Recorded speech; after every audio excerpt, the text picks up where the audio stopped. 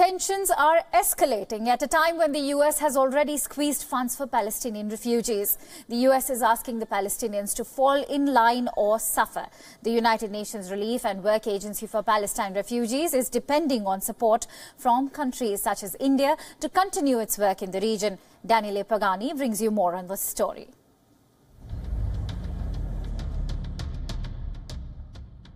These are words from a leaked mail written by Jared Kushner, son-in-law and senior advisor of President Donald Trump, currently in charge of the so-called Deal of the Century, a plan aimed at finding a solution to the Israel-Palestine conflict. The battle against UNRWA, the United Nations Relief and Work Agency for Palestine Refugees, is one among the many the Trump administration is fighting within the United Nations. A battle Donald Trump himself initiated on Twitter, of course.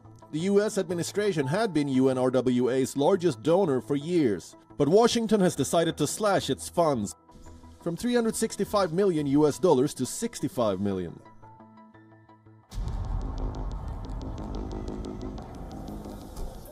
Washington has accused UNRWA of letting its funds slip into Hamas' hands in the Gaza Strip, an accusation promptly denied.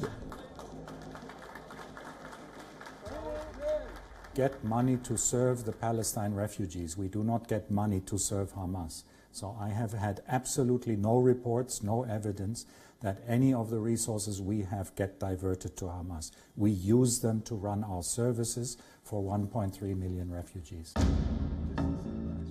Money is a negotiating tool, a constant in President Trump's foreign policy. He has said that if Palestinians want the money back, they must agree to renew peace talks with Israel. And UNRWA is left facing the worst financial crisis since its establishment in 1948.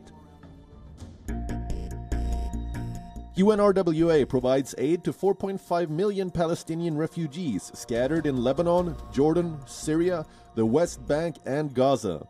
It provides schooling and grants access to healthcare. It's a major employer in all Palestinian territories, helping families secure loans for their houses.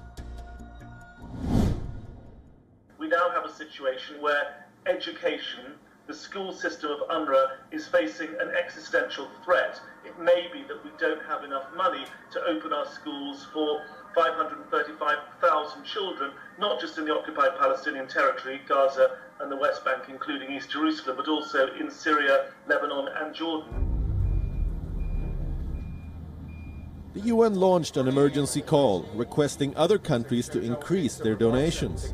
Among the many, India answered positively and increased its share from 1.25 to $5 million.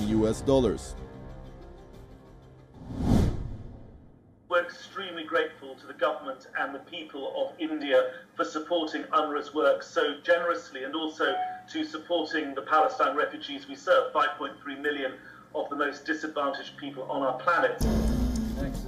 Emerging powers could fill the vacuum left by the United States. But as of now, UNRWA is running on empty coffers. The situation could be particularly hard for Gaza, where half the population lives below the poverty line. The social consequences of these cuts in Gaza are frankly catastrophic. In many instances, an UNRWA food parcel is the difference between your family being above the poverty line and below the poverty line, being food insecure or not being food insecure. UNRWA's salary, a salary at UNRWA for an UNRWA worker in Gaza is often the difference between poverty or not poverty. And don't forget that many of the bank loans in Gaza are guaranteed by an UNRWA salary. So there's an extreme risk that the banking system itself would be deeply affected. So it could be catastrophic, frankly. And in a situation where people have been living under blockade for more than 11 years, where there's 95% of the water is undrinkable, where there's an electricity crisis, where there's a public health crisis, where there's a crisis in almost every aspect of human life, people are extremely fragile. And when you start to tinker around with service provision, when you start to cut services, indeed, the impact will be unpredictable, it will be dramatic. The world is still waiting to understand precisely what the so-called deal of the century will be and how Jared Kushner intends, using his word, to solve once and for all the Israeli-Palestinian conflict. As of now, witnessing an enormous cut to the United Nations agency taking care of more than 5 million Palestinian refugees does not seem to help the conflict to come to an end.